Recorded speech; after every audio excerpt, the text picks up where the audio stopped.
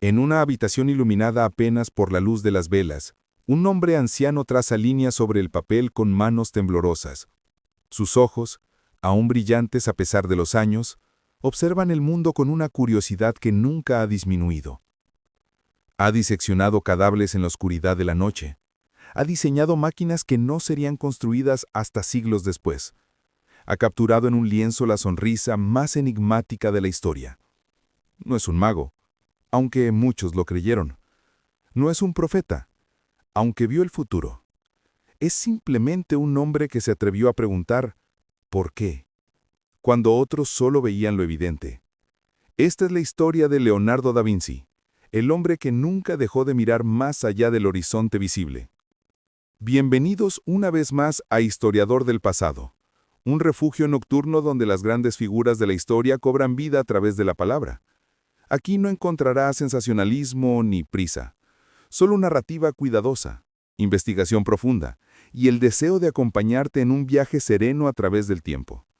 Si esta es tu primera visita, te invito a ponerte cómodo, cerrar los ojos si lo deseas y permitir que la historia fluya como un río tranquilo. Y si ya eres parte de esta comunidad, bienvenido de vuelta a casa. Esta noche exploraremos la vida de un hombre cuya mente abarcó más disciplinas que 10 vidas ordinarias. Comencemos. En la primavera de 1452, en las colinas toscanas cercanas a la pequeña aldea de Vinci, nació un niño que cambiaría para siempre la forma en que la humanidad comprende el arte, la ciencia y la propia naturaleza del conocimiento. Leonardo di Ser Piero da Vinci llegó al mundo en circunstancias que, para la época, marcaban su destino con cierta sombra. Era hijo ilegítimo de Piero da Vinci, un notario de cierto prestigio, y Caterina, una joven campesina cuyo rostro y voz se perderían en el silencio de la historia. Esta condición de bastardo le cerraría muchas puertas en una sociedad obsesionada con el linaje, pero también le abriría otras. No podría heredar la profesión de su padre, no podría estudiar en las universidades donde se enseñaba latín y griego clásico. Sin embargo, esta exclusión del camino tradicional le permitiría desarrollar algo más valioso, una manera completamente original de observar el mundo. Los primeros años de Leonardo transcurrieron en la campiña toscana, rodeado de viñedos, olivos y los arroyos que descendían de las colinas. Aquí comenzó su educación verdadera, no en las páginas de libros antiguos, sino en la observación directa de la naturaleza. Pasaba horas contemplando el vuelo de los pájaros, el movimiento del agua, la forma en que la luz se filtraba entre las hojas de los árboles. Mientras otros niños de su edad memorizaban textos religiosos, Leonardo dibujaba en cualquier superficie disponible, captando con trazos infantiles pero sorprendentemente precisos las formas del mundo natural. Su abuelo paterno, Antonio, notó desde temprano esta inclinación, esta capacidad casi sobrenatural del niño para capturar la esencia de lo que veía. Piero da Vinci, aunque no reconoció formalmente a Leonardo en su juventud, tampoco lo abandonó por completo. El notario se aseguró de que el niño recibiera educación básica en lectura, escritura y aritmética, aunque siempre en italiano vernáculo, no en el latín de los eruditos. Esta limitación, que Leonardo lamentaría ocasionalmente en su vida adulta, también contribuyó a forjar su carácter independiente. No podría acceder directamente a los textos clásicos de Aristóteles o Plinio, pero desarrollaría algo más revolucionario: el método de aprendizaje directo, de la observación empírica, que siglos después se convertiría en el fundamento del método científico moderno. Alrededor de 1464, cuando Leonardo tenía aproximadamente 12 años, Piero tomó una decisión que alteraría irreversiblemente el curso de su vida. Piero había observado los dibujos de su hijo, aquellos bocetos de animales, plantas y rostros humanos que demostraban un talento extraordinario. Decidió llevar algunos de estos trabajos a Florencia, la ciudad que por entonces era el epicentro cultural de Italia, quizá del mundo entero. Los mostró a Andrea del Verrocchio, uno de los artistas y artesanos más respetados de la época, cuyo taller era una especie de academia donde se enseñaba no solo pintura y escultura, sino también metalurgia, carpintería, matemáticas aplicadas y perspectiva. La reacción de Verrocchio fue inmediata. Los dibujos revelaban no solo destreza técnica, sino algo más profundo, una comprensión intuitiva de la anatomía, del movimiento, de la luz. Verrocchio aceptó al joven Leonardo como aprendiz, iniciando así una relación que duraría años y que moldearía las bases de su genio. A mediados de la década de 1460, Leonardo se trasladó a Florencia, dejando atrás las colinas de Vinci para sumergirse en el torbellino creativo de una ciudad en pleno renacimiento. Florencia en aquella época era gobernada de facto por la familia Medici, específicamente por Lorenzo el Magnífico, quien convertiría la ciudad en un imán para artistas, filósofos, poetas y científicos. El taller de Verrocchio era un hervidero de actividad. Aquí Leonardo no solo aprendió a mezclar pigmentos y preparar paneles de madera para pintura, aprendió fundición de bronce, diseño arquitectónico, principios de ingeniería. El taller producía desde pinturas religiosas hasta armaduras ceremoniales, desde esculturas monumentales hasta complejos mecanismos para festivales públicos. Este ambiente multidisciplinario fue el caldo de cultivo perfecto para la mente de Leonardo, que nunca se contentaría con dominar una sola disciplina. En el taller también conoció a otros jóvenes artistas prometedores, entre ellos Sandro Botticelli y Domenico Ghirlandaio, con quienes compartirían no solo espacio de trabajo, sino también ideas y visiones sobre el futuro del arte. Leonardo absorbía conocimiento con una voracidad que asombraba incluso a su maestro. Mientras otros aprendices se contentaban con dominar las técnicas establecidas, Leonardo cuestionaba cada procedimiento. Buscaba siempre una manera mejor, más precisa, más fiel a la realidad observable. Comenzó a llevar consigo pequeños cuadernos donde anotaba observaciones, dibujaba bocetos rápidos de cualquier cosa que captara su atención. Un rostro interesante en la calle, el pliegue de una tela, la musculatura de un caballo.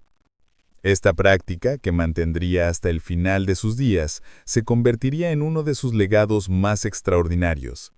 Miles de páginas de notas, dibujos e ideas que revelan el funcionamiento de una de las mentes más curiosas que ha conocido la humanidad.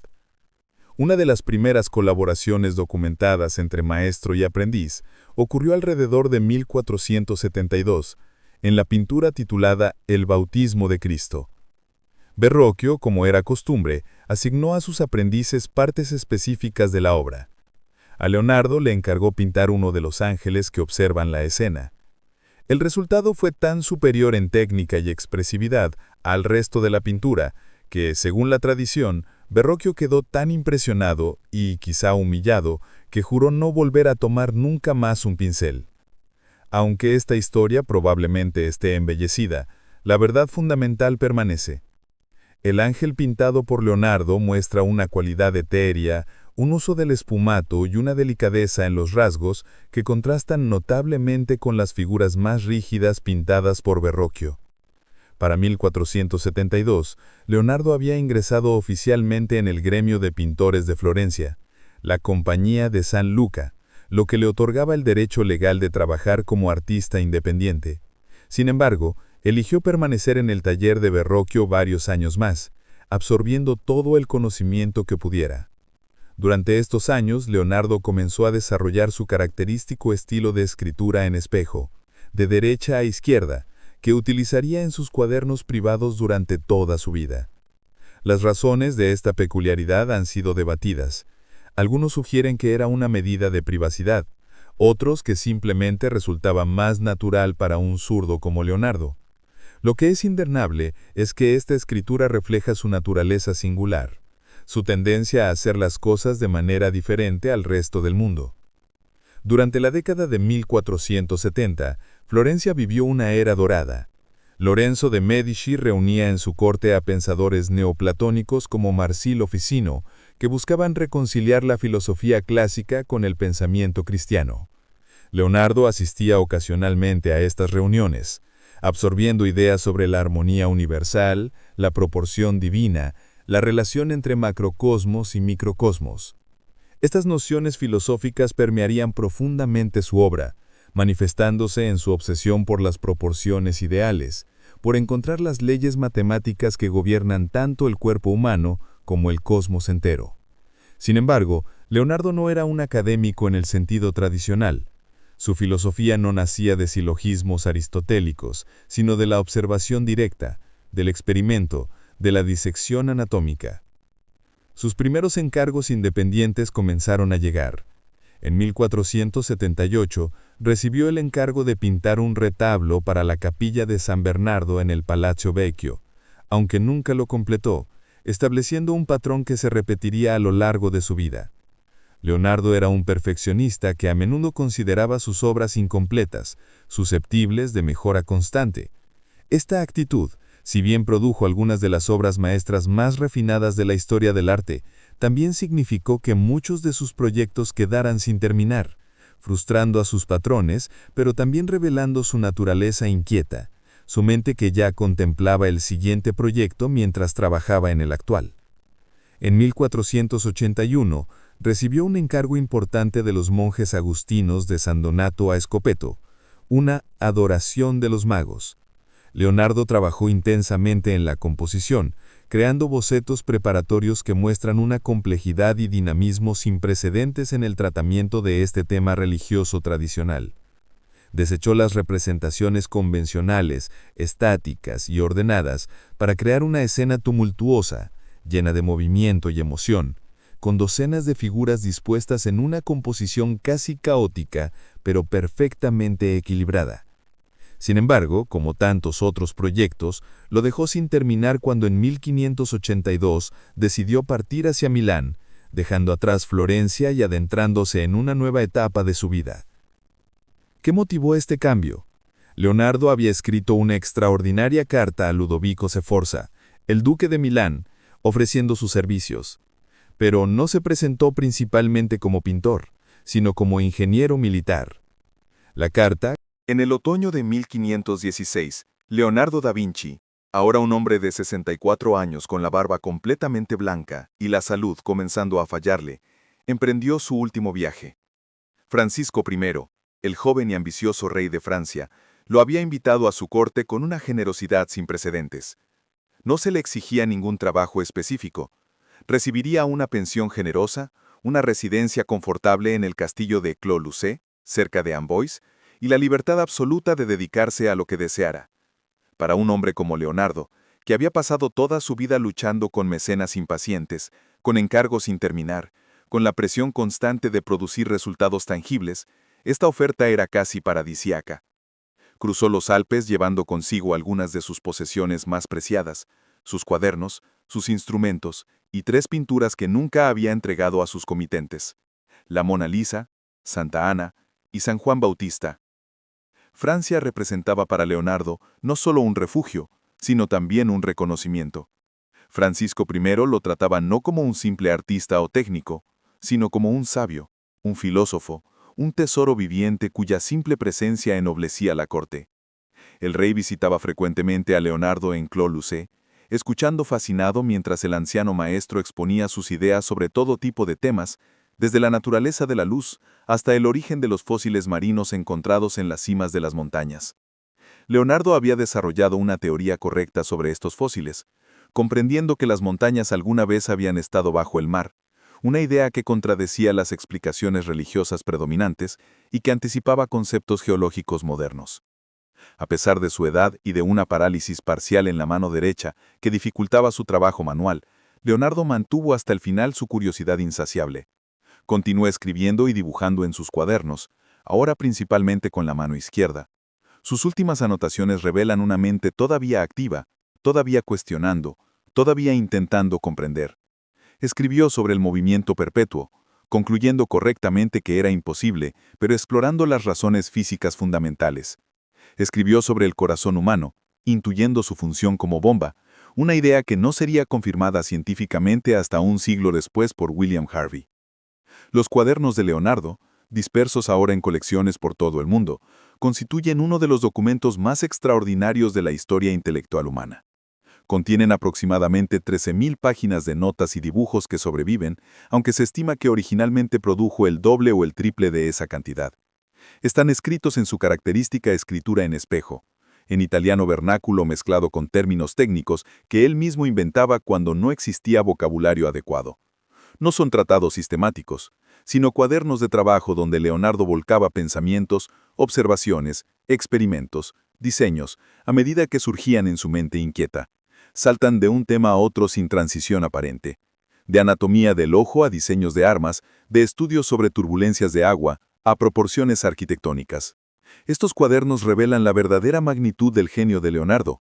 Contienen diseños para tanques blindados, 500 años antes de que se construyera el primero en la Primera Guerra Mundial, bocetos de un traje de buceo autónomo, estudios sobre la resistencia de materiales estructurales, diagramas anatómicos del útero humano con el feto en su interior, con una precisión que no sería igualada hasta la invención de técnicas médicas modernas de imagen, observaciones meteorológicas, teorías sobre la formación de las nubes, estudios sobre el crecimiento de las plantas, análisis de la perspectiva lineal y aérea, diseños de telares mecánicos, investigaciones sobre la naturaleza de la fricción.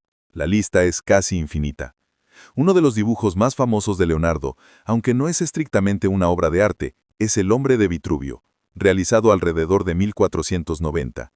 En este dibujo una figura humana masculina aparece simultáneamente en dos posiciones superpuestas, con brazos y piernas extendidos, inscrita perfectamente tanto en un círculo como en un cuadrado.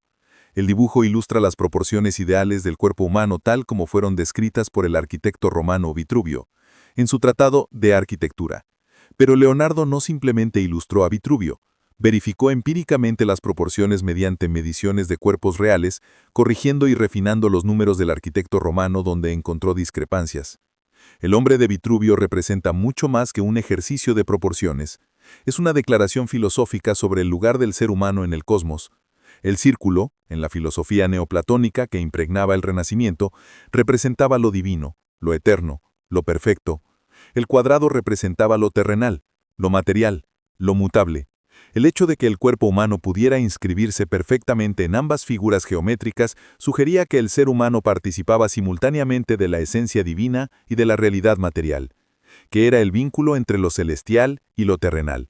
Esta idea del ser humano como microcosmos, como reflejo en miniatura del universo entero, fascinaba profundamente a Leonardo. La filosofía de Leonardo sobre el conocimiento puede resumirse en una frase que escribió en sus cuadernos. Toda nuestra cognición comienza en las sensaciones. Era un empirista radical para su época, insistiendo en que el conocimiento genuino solo podía obtenerse mediante la observación directa de la naturaleza, no mediante la lectura de textos antiguos, por más respetados que fueran. Esta actitud lo ponía en conflicto con la tradición escolástica universitaria, que basaba el conocimiento en la autoridad de Aristóteles y otros filósofos clásicos. Leonardo, en cambio, insistía: la experiencia no yerra nunca. Solo yerra el juicio. Si nuestras teorías contradecían la observación, eran las teorías las que debían corregirse, no la naturaleza. Esta actitud empírica lo llevó a realizar experimentos sistemáticos, otro aspecto en que se adelantó al método científico moderno. Por ejemplo, para comprender cómo funcionaba el ojo humano, construyó modelos mecánicos basados en disecciones anatómicas. Para estudiar el flujo del agua, creó canales de observación donde podía introducir tintes y observar los patrones de movimiento. Para investigar el vuelo de las aves, pasó horas observándolas en libertad, midiendo la relación entre envergadura y peso, estudiando cómo ajustaban sus alas para maniobrar. Este enfoque práctico, experimental, basado en la observación cuidadosa y la medición precisa, no se convertiría en el método estándar de la ciencia hasta el siglo XVII. Sin embargo, Leonardo no era un científico moderno en el sentido completo del término. No formulaba teorías matemáticas abstractas ni realizaba experimentos controlados con variables aisladas. Su enfoque era más holístico, buscando comprender fenómenos en su totalidad compleja. Además, muchas de sus ideas permanecían mezcladas con nociones más especulativas o incluso místicas. Creía, por ejemplo, en analogías profundas entre el cuerpo humano y el cuerpo de la Tierra, viendo ríos como venas que transportaban sangre acuosa, cavernas como pulmones del planeta. Estas ideas, aunque poéticas, no eran científicamente correctas. Leonardo estaba en transición entre el pensamiento medieval y el moderno, combinando observación empírica con analogías neoplatónicas. En el ámbito de la anatomía, Leonardo realizó disecciones de aproximadamente 30 cadáveres humanos a lo largo de su vida, un número extraordinario para la época, cuando tales prácticas estaban estrictamente reguladas por autoridades religiosas. Dibujó cada sistema del cuerpo humano con meticulosidad científica: el esqueleto, los músculos, el sistema vascular, los órganos internos, el sistema nervioso. Fue el primero en representar correctamente la columna vertebral con sus curvaturas naturales, en identificar que los ventrículos del corazón tenían 4 cámaras, en documentar la estructura del hombro con precisión anatómica. Planeaba publicar un tratado completo de anatomía, pero como tantos otros proyectos, nunca lo completó. Sus dibujos anatómicos permanecieron desconocidos hasta siglos después de su muerte. La mente de Leonardo estaba constantemente conectando disciplinas que otros veían como separadas. Aplicaba principios matemáticos a la pintura mediante el estudio de la perspectiva. Aplicaba observaciones anatómicas al diseño de máquinas, reconociendo analogías entre músculos y poleas, entre huesos y laveras. Estudiaba óptica tanto para comprender la visión humana como para mejorar sus pinturas. Esta capacidad de síntesis, de ver conexiones donde otros solo veían fragmentos aislados, era quizá su característica más distintiva. En una era de creciente especialización, Leonardo fue el último verdadero polímata, el último hombre que podía aspirar a dominar todo el conocimiento disponible en su época. Su investigación sobre el vuelo constituye uno de los ejemplos más fascinantes de esta aproximación. No solo quería construir máquinas voladoras, sino comprender el principio fundamental que hacía posible el vuelo. Diseccionó alas de pájaros muertos, estudiando la estructura ósea, la disposición de las plumas, la musculatura. Observó pájaros vivos durante horas, anotando cómo ajustaban sus alas en diferentes condiciones de viento. Realizó experimentos con modelos de alas de diferentes formas y tamaños. Estudió el flujo del aire, comprendiendo intuitivamente conceptos como sustentación y resistencia, que no serían formalizados matemáticamente hasta el siglo XVIII por ingenieros como los hermanos Wright. Se basaron en principios similares a los que Leonardo había intuido siglos antes. Los diseños de Leonardo para máquinas voladoras eran fundamentalmente ornitópteros, dispositivos que intentaban imitar el vuelo de las aves mediante alas batientes. Dibujó numerosas variaciones: máquinas donde el piloto estaría en posición horizontal, impulsando las alas mediante pedales y laveras; diseños donde estaría vertical, colgando de un armazón; versiones con alas dobles, como libélulas. Aunque ninguno de estos diseños habría funcionado realmente, principalmente porque Leonardo subestimaba la cantidad de fuerza muscular necesaria y sobreestimaba la fuerza humana disponible, demostraban una comprensión notable de los principios aerodinámicos básicos. Sus diseños para un paracaídas piramidal, por otro lado, habrían funcionado, como demostró un atrevido paracaidista moderno que construyó uno siguiendo las especificaciones de Leonardo y saltó exitosamente desde un helicóptero. En sus últimos años en Francia, Leonardo se dedicó también a proyectos de ingeniería civil para Francisco I. Diseñó un sistema de canales que conectarían el Valle del Loira con diferentes regiones, facilitando el comercio y la agricultura. Propuso mejoras arquitectónicas para el Castillo Real de Chambord, incluyendo una famosa escalera de doble hélice que permite a 2 personas subir y bajar simultáneamente sin encontrarse. Organizó festivales. Y así concluye nuestro recorrido por la vida de Leonardo da Vinci. Un hombre que miró al mundo con ojos que nunca dejaron de asombrarse. Un hombre que dibujó, diseñó, diseccionó y soñó, buscando siempre comprender los misterios que se ocultaban tras la superficie visible de las cosas. Su historia nos recuerda que los límites que percibimos son a menudo solo barreras de nuestra propia imaginación, que una mente curiosa y disciplinada puede explorar territorios que otros consideran imposibles. Si esta historia te ha acompañado en tu descanso, si has encontrado valor en este viaje a través del tiempo, considera suscribirte a Historiador del Pasado y activar las notificaciones. Cada semana, nuevas historias aguardan para acompañarte en la quietud de la noche. Comparte este video con alguien que aprecie la historia, el arte, la ciencia o simplemente la belleza de una vida extraordinariamente vivida. Gracias por permitirme ser tu compañía esta noche. Que descanses bien, envuelto en los ecos de genios pasados y en la certeza de que la curiosidad humana nunca duerme completamente. Hasta la próxima historia. Buenas noches.